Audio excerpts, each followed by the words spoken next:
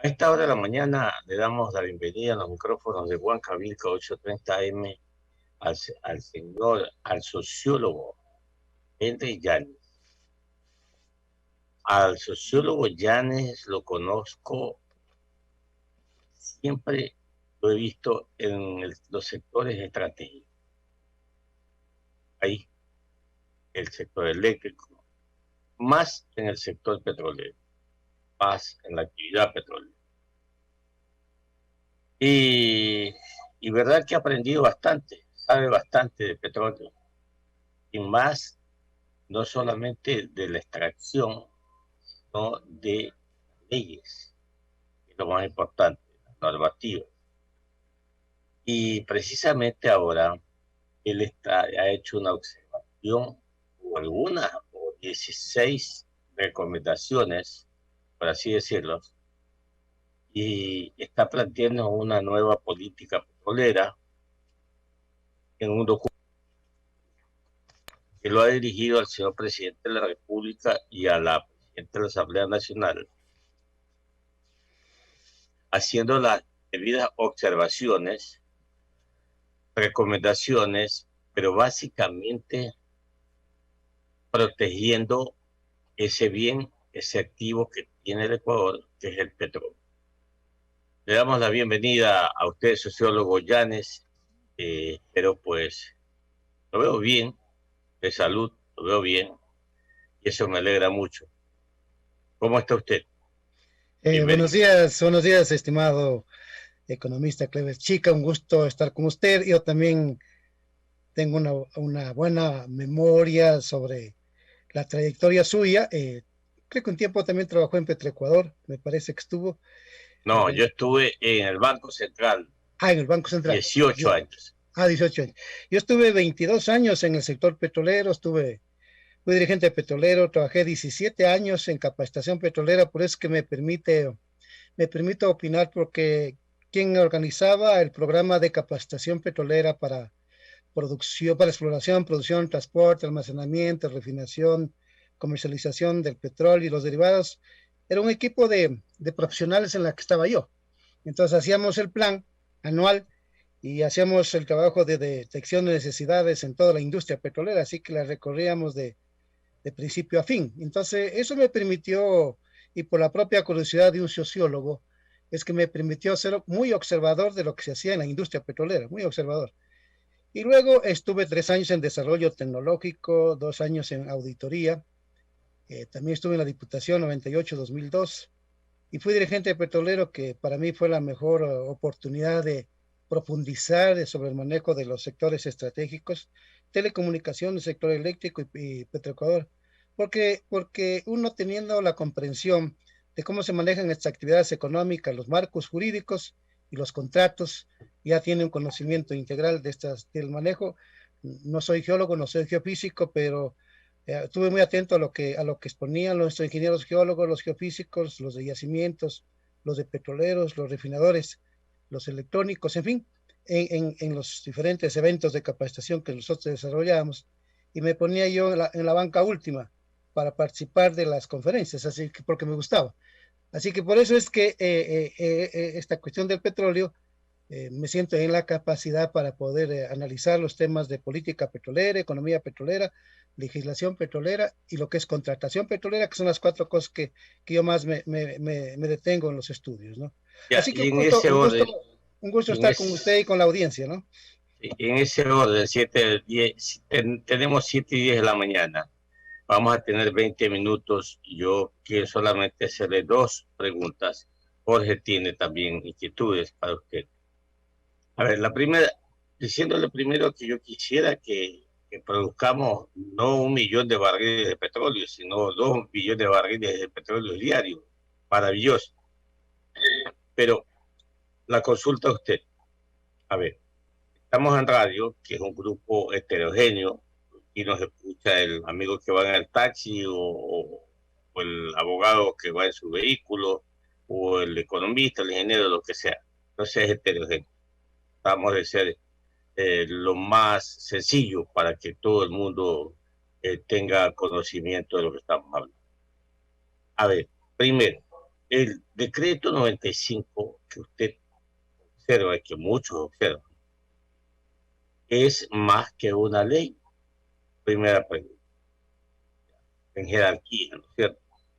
Luego, la ley de hidrocarburos merece primero ponerle atención a ella, reformar la ley para luego tomar muchas decisiones y comenzar a accionar y buscando el incremento de la producción de petróleo y cómo atraemos a la inversión local, nacional y extranjera, porque ahí se necesita mucha inversión, mucho dinero para casualmente extraer el petróleo.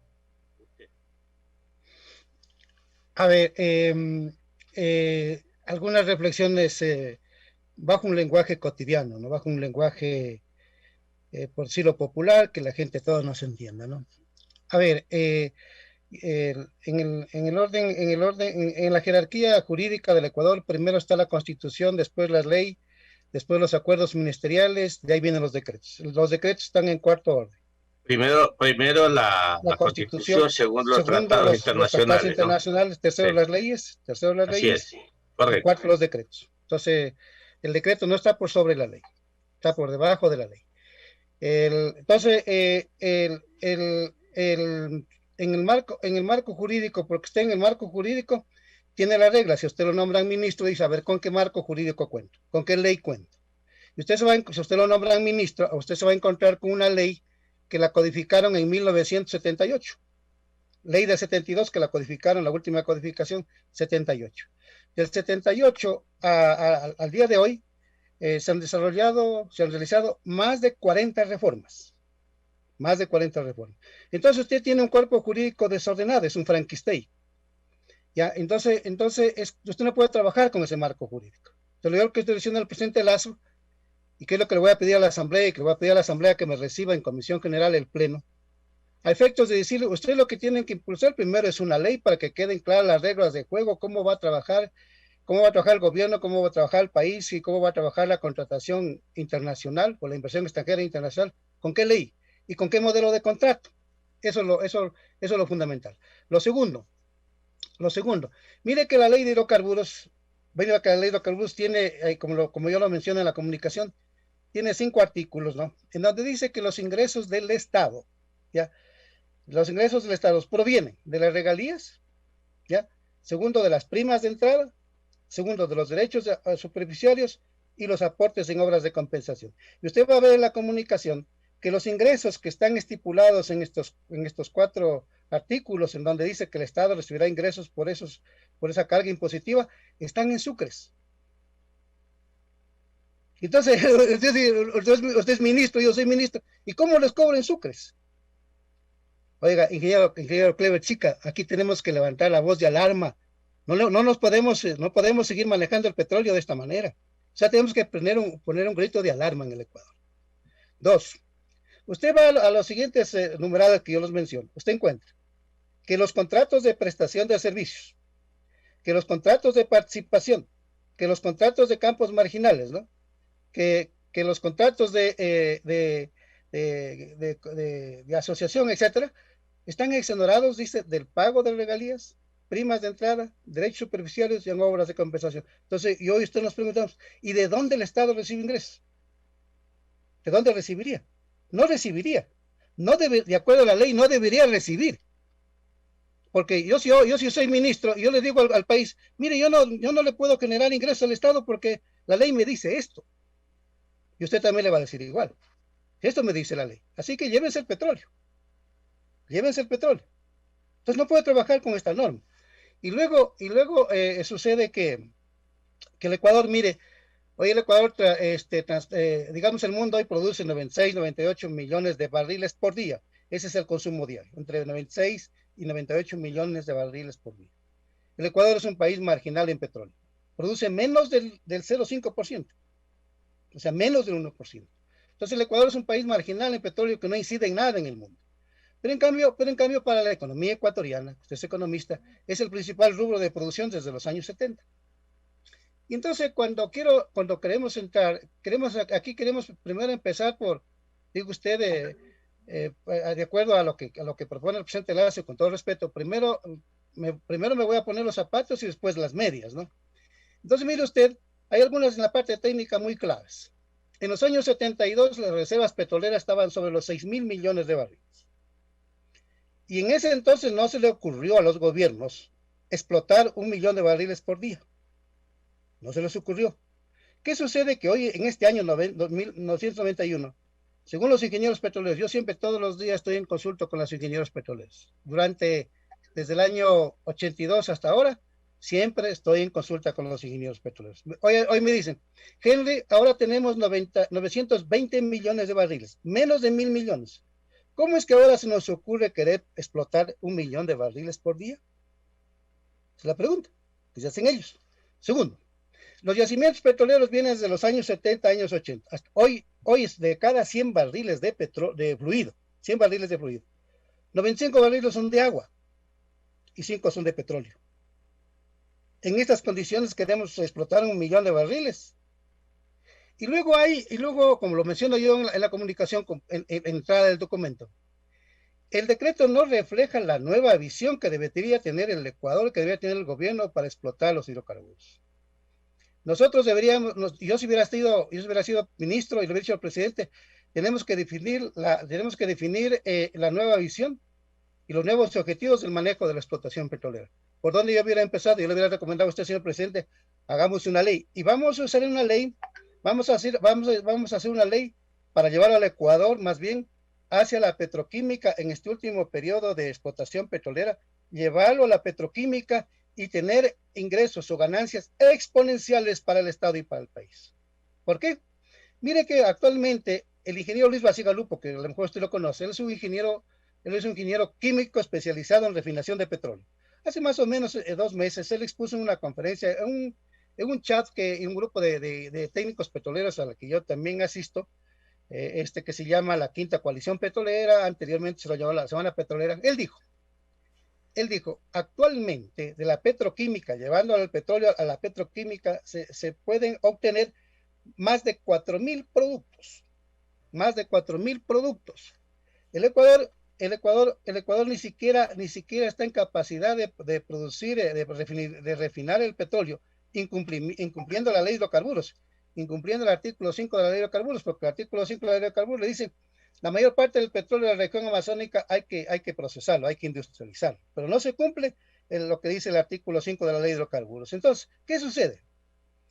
Que actualmente, para poder abastecer el mercado interno, se importa más del 60% en gasolinas, se importa más del 75% en diésel, y se importa el 88% en GLP. Usted es economista, a mí también me formaron en la universidad en economía política y en política económica. Somos primos, los sociólogos, sí, los economistas, sí. Somos primos. ¿Qué significa eso cuando usted importa? Primero, lo descapitaliza al país. Segundo, no le da oportunidad al Ecuador para que reproduzca su capital nacional en materia petrolera y áreas conexas. Tercero, le afecta la acumulación. Cuarto, le afecta el ahorro. Por eso que estamos pobres, estimado Clever. Por eso estamos pobres, porque no hemos sabido aprovechar el recurso. Entonces, mire que en el caso de Japón no tiene un solo barril de petróleo en el subsuelo, pero tiene actualmente 23 refinerías. ¿Por qué Japón, sin tener un solo barril en el subsuelo, tiene 23 refinerías? Porque el petróleo, Japón lo compra. Vaya cerquita, Henry, vaya cerquita. Sí. Perú tiene 3 refinerías. Así es. Cerquita. Y no es país petrolero. No es país petrolero. Chile tiene una refinería en Colombia, otra en Estados Unidos, otra en Egipto. Es que la gente que los países que no tienen petróleo se dieron cuenta de que ellos podrían sacar una mayor ventaja de los países inútiles que tienen petróleo y no procesan petróleo, como el caso del Ecuador. El Ecuador ha sido un país inútil. Dios nos ha dado el petróleo, la naturaleza nos ha dado el petróleo, pero el Ecuador y sus gobiernos han sido inútiles. ¿Ya? No han tenido esa visión para llevarle al petróleo hacia la petroquímica. Entonces yo le había dicho al presidente, vamos presidente a la petroquímica. Segundo, vamos con una nueva ley de hidrocarburos y con el carácter de urgente enviémosla al Congreso para que nos aprueben, para aprobarla en 90 días, con el carácter de urgente que no dice el decreto. Llevarla con carácter de urgente. Y pongamos 2 contratos. Uno de asociación para explorar y explotar los hidrocarburos y otro de economía mixta para las plantas de refinación. En el primer contrato, en donde el Estado, de acuerdo al 316 de la Constitución de la República, sea el mayor accionista. Entonces el Estado ponga el petróleo, ponga la infraestructura petrolera y ponga el mercado.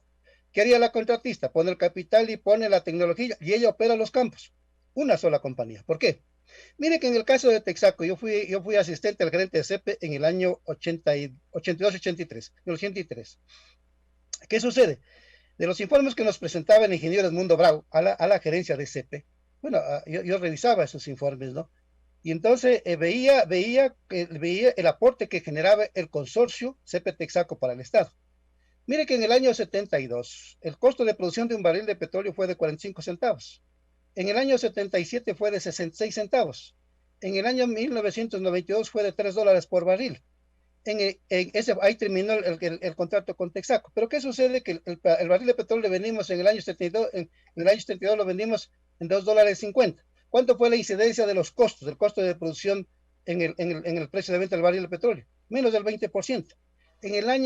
Fue del 18% los costos. En el año 77, el costo de producción, como digo, fue de 66 centavos y el precio de venta fue de 12.97. ¿Cuál fue la incidencia del costo en el precio? 5%. En el año 92, el $3 fue el costo de producción y el precio de venta del petróleo estuvo cerca de los $16. ¿Cuál fue la incidencia del costo en el precio? El 17%.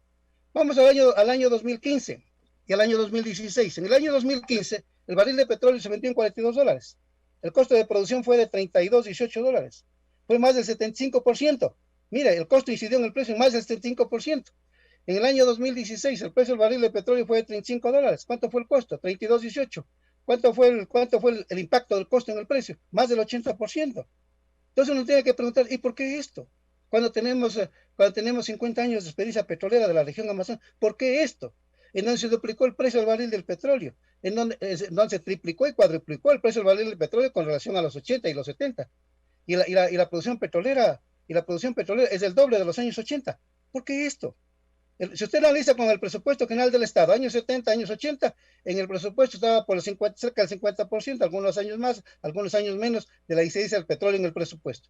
Cuando se ha duplicado, ahora se explotan 200 millones de barriles. Años 80 se producía 100 millones de barriles por año.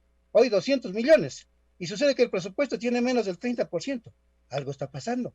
Cuando el precio, en los años 80, los promedios fue $18. Hoy tenemos un precio del petróleo que está por sobre cerca de los $70, petróleo ecuatoriano. ¿Cómo es que cuando se ha duplicado, se ha triplicado el precio, hoy recibimos menos ingresos? La pregunta es, ¿quién se lleva el petróleo? Entonces, en el decreto ejecutivo, estimado, perdóname de llamarle por el nombre, Clever. por Dios, tenemos que hacer la pregunta, ¿quién se lleva el petróleo?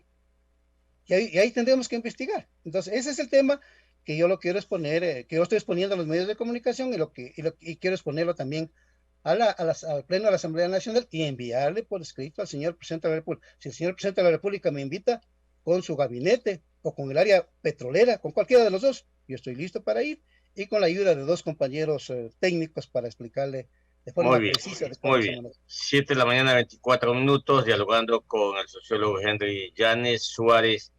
Él es analista petrolero aquí en el Ecuador. Mi estimado licenciado Jorge Escobar, usted con el sociólogo Llanes. Buen día, sociólogo. Espero se encuentre bien. Bienvenido siempre a Huancavilca. Entre otros aspectos que usted ha señalado es que se debería establecer un techo para el costo de producción por cada barril de petróleo que no exceda el 20%, justamente para evitar todas estas distorsiones que usted ha venido indicando y que son producto de años de estudio y también de observación permanente de la política petrolera en el país. ¿Cree que esto sería factible ahora que el gobierno de Guillermo Lasso quiere implementar cambios en la política petrolera e hidrocarburífera? Eso por un lado. Por otro, usted bien señalaba que el país es deficitario en la producción de derivados, pero en su momento se intentó hacer un cambio en ese sentido con la refinería del Pacífico, pero ya vio usted que cayó en manos de esa bomba llamada Odebrecht. ¿En qué medida el Ecuador podría ir subsanando tantos problemas o tantas demandas de soluciones profundas a nivel petrolero. Sí, muchas gracias. Un cordial saludo para usted, estimado Jorge. Ojalá hubiera después otra oportunidad para seguir conversando, porque me decían que tal vez la entrevista iba a ser de una media hora, pero no hay problema porque tengo otro compromiso con otro medio de Guayaquil. Pero bueno, a ver, sobre lo primero, estimado Jorge, es que uno tiene que actuar sobre la realidad. Si yo tengo resultados económicos en donde participó la empresa Texaco y formamos un consorcio con Texaco y vemos que en los 20 años los costos de producción no excedieron del 20%, entonces, en función de ese conocimiento, de esa causa, de ese antecedente, es que yo le digo al gobierno, no deberían exceder. Porque si no hubiera este antecedente, y yo digo una cosa como esas, y entonces la gente me va a preguntar, ¿y de dónde sacas tú estos datos? ¿Cuáles son los sustentos para sostener un criterio como estos, una tesis como estas? ¿Ah? No lo hubiera podido formular. Si no hubiera tenido el antecedente, no lo hubiera podido formular.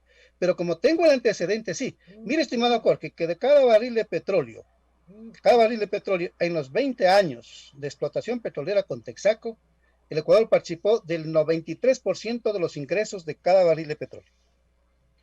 ¿Sabe cuánto era el impuesto con la compañía Texaco? El impuesto a la renta, 87.5%. El Estado fue accionista en el 62.5% del contrato. La compañía fue del 37.5%. De manera que sumando ingresos por producción e ingresos por tributos, el Estado participó del 93% de los ingresos petroleros por cada barril de petróleo en promedio en los 20 años. En dinero, el Estado recibió 23.750 millones de dólares del consorcio. Y la compañía, perdón, 23.500 millones de dólares. Y la compañía, 1.700 millones de dólares. Entonces, estimado Cleber, estimado Jorge, deberíamos nosotros movernos fuertemente para preguntar al gobierno y a las autoridades, y que eso voy a hacer, y que eso lo voy a hacer ante la Asamblea, que le pregunten al señor ministro Bermeo si los contratos que se han firmado después de Texaco, a partir del año 93, le han generado al país ese tipo de rendimientos económicos. Es la pregunta que la voy a plantear. Y la otra, lo que usted dice de la refinería. Mire, si pudiéramos hacer un convenio con DuPont, es una empresa mundial, la principal empresa mundial en la petroquímica. Bueno, sería el milagro para el Ecuador. Entonces, ¿cómo nos podríamos asociar con DuPont o con otra compañía? Lo mismo que en el petróleo. Yo lo que estoy proponiendo para los pozos petroleros, para la explotación de los pozos petroleros, etcétera, lo que yo estoy proponiendo es que formemos un contrato de asociación tipo el que tuvimos ya con el consorcio CP Texaco. Inclusive, Texaco quería renovar el contrato, generándole un mayor porcentaje de participación al Estado ecuatoriano. Unos ingenieros petroleros me decían, Henry, que si le pudiéramos plantear a Texaco que ella tenga accionista del 25% y el Estado del 75%, se hubiese renovado el contrato con Texaco. Ya, operaba los campos Texaco. Entonces, ese modelo, por Dios, ese modelo ya fue exitoso para el Ecuador. Ese deberíamos aplicarlo. Entonces, no nos van a robar un clavo no nos van a robar. En la Amazonía, si la operación está bajo de una contratista, de un operador. ¿Ya? En el caso de la refinería hay que hacer lo mismo. En el caso de la refinación hay que construir un contrato de economía mixta. El Estado pone el petróleo, pone la infraestructura y pone el mercado. 17 millones de personas pone el mercado. La contratista pondría la tecnología y el capital. Y quien opera las plantas sería la contratista, no el Estado. ¿Por qué no el Estado? Ya vivimos de la democracia desde el año 79 hasta hoy 2021. Los partidos no preparan a su militancia y a sus dirigentes en manejo de políticas públicas. No los preparan. Ni en política eléctrica, ni en política de telecomunicaciones, ni en política petrolera, ni en política minera. Y cada 4 años se lo está cambiando. ¿Qué significa eso? ¿Qué significa eso? Improvisación. Pregúntales a los partidos políticos, estimado Jorge, estimado Clever, si han preparado a su gente en el manejo de políticas públicas y hacer una investigación. ¿Quién de la militancia o de dirigencia son preparados en política pública? Creo que no lo tiene. Por eso es que los nombra a funcionarios que ya estuvieron en el gobierno anterior. Al señor Luna ya estuvo en el gobierno anterior en Petroecuador, ahora es el gerente de Petroecuador. El señor Bermeo ya fue gerente de Petroamazonas y funcionario del anterior gobierno. Por eso es que lo nombra el mismo. Pero no los tiene. Y entonces, mire, cuando hay personas que no han sido exitosas en el manejo de la actividad petrolera, ¿por qué ponerlos a ellos mismos? ¿Por qué ponerlos a ellos mismos? ¿Por qué? Porque creo uno tiene el perfil de un cuadro dirigencial y de militancia preparados para que manejen el petróleo. Mire que desde el año 2013, Guillermo Lasso no ha podido formar un equipo hasta ahora. Yo participé como legislador alterno con Creo en el año 2013. A mí, Guillermo Lasso y César Monge me invitaron con Andrés Páez y a otros compañeros de la izquierda democrática para que participemos en la lista, a pesar de que nos bloquearon el proceso de inscripción del partido con un paréntesis, ¿no? Bueno, esto que le estoy diciendo, yo ya les he dicho a ellos desde el año 2013. Hoy estamos en 2021 y en este tiempo no han preparado el equipo de gobierno. No lo tienen. Por eso yo me refiero al área petrolera, por no referirme a otros temas, ¿no? Que es tan amplio el sector público y el manejo de políticas públicas y de gestión pública. Entonces no los tienen. Entonces vienen estas mismas personas que han estado ya en gobiernos anteriores, ¿no? Así que creo que con relación a la pregunta, estimado Jorge, yo creo que esa es la respuesta que le doy. El Ecuador, como digo, hoy en día en la refinación deberíamos ir en un contrato de economía mixta con una multinacional de alto prestigio, con una buena ley, un buen contrato de economía mixta. Entonces todo esto hay que actualizar y yo le estoy diciendo en la carta, como usted observará, que en la ley tenemos que poner como ingresos petroleros que debe recibir el Estado por la explotación directa que realiza Petroecuador, por la explotación de los contratos con los cuales el Ministerio de Recursos Naturales No Renovables ha firmado contrato. Con esos ingresos de esa explotación petrolera tiene que estar definido en la ley que van al presupuesto general del Estado. Tercero, por la venta del crudo y de los derivados al mercado internacional, deben estar ahí en la ley, porque la ley no dice. El capítulo de fijación de precios de comercialización no dice. Y cuarto, por el mercadeo, por la comercialización de los derivados de los hidrocarburos en el mercado interno. Y quinto, por ingresos tributarios. Eso deben ser los ingresos que deben estar en la ley, pero no están en la ley. Y entonces yo como ministro, como gerente de Petroecuador, ¿cómo le llevo estos ingresos al Estado si eso no me dice la ley? El funcionario público, el legislador, el gobierno, debe tener una obediencia a la ley, a la Constitución, a la ley, así como es obediente el seguidor de Jesucristo, que para ser seguidor de Jesucristo por la religión católica o la evangélica, ese seguidor de Jesucristo tiene que saber la Biblia y tiene que obedecer a lo que dicen los principios bíblicos. Bueno, para un legislador, para un funcionario público, para un gobierno, la ley, la Constitución es una obediencia, como la es para el cristiano la Biblia, y para el funcionario público debe ser la Constitución y la ley. Pero no, lamentablemente no actúan en la ley. Por eso es que tienen miles y miles de auditorías y exámenes de auditoría en la Contraloría General del Estado. Por eso, porque van funcionarios improvisados. Creen que tienen que gobernar por el sentido común. Y aquí no se puede gobernar por el sentido común. Se tiene que gobernar en el marco de la ley. Así que eso, estimados amigos, lo que quiero expresar. Se nos fue el tiempo, ¿no? Solamente dos precisiones, Jorge y Henry. La primera, usted sabe perfectamente bien, Henry, que el círculo petrolero es muy estrecho. Sí. Y usted sabe perfectamente bien que allí no es que Clever Chica va a nominar a alguien o va a sugerir, no. Los que sugieren y eligen, los gerentes y todo, usted conoce bien que es un círculo muy reducido, para empezar. Así es. Lo otro, personalmente, cuando fui presidente del Colegio de Economistas del Guayas, le entregué un documento al presidente de ese entonces, el coronel Lucio Gutiérrez. La petroquímica, esa es la que nos va a sacar a nosotros de esta situación de todos los días que nos quejamos y vemos cómo tanta gente se ha enriquecido por todos estos errores que se han cometido, por así decirlo. Le agradezco mucho, mi estimado sociólogo Henry Llanes, gusto de verlo a los tiempos, y acá la seguimos, en cualquier momento. Gracias, Un muy abrazo. amable. Que tenga un lindo día. Un gran abrazo para usted. Un gusto verlo a los tiempos. Y también lo veo bien, ¿verdad? Estamos, Gracias. sí, estamos bien. Y eso me Ahí alegra un está. mundo, ¿no? Ahí Un gran vamos bien. abrazo. Pase bien. Ahora, abrazo para usted. Huancavilca, Huancavilca, Huancavilca.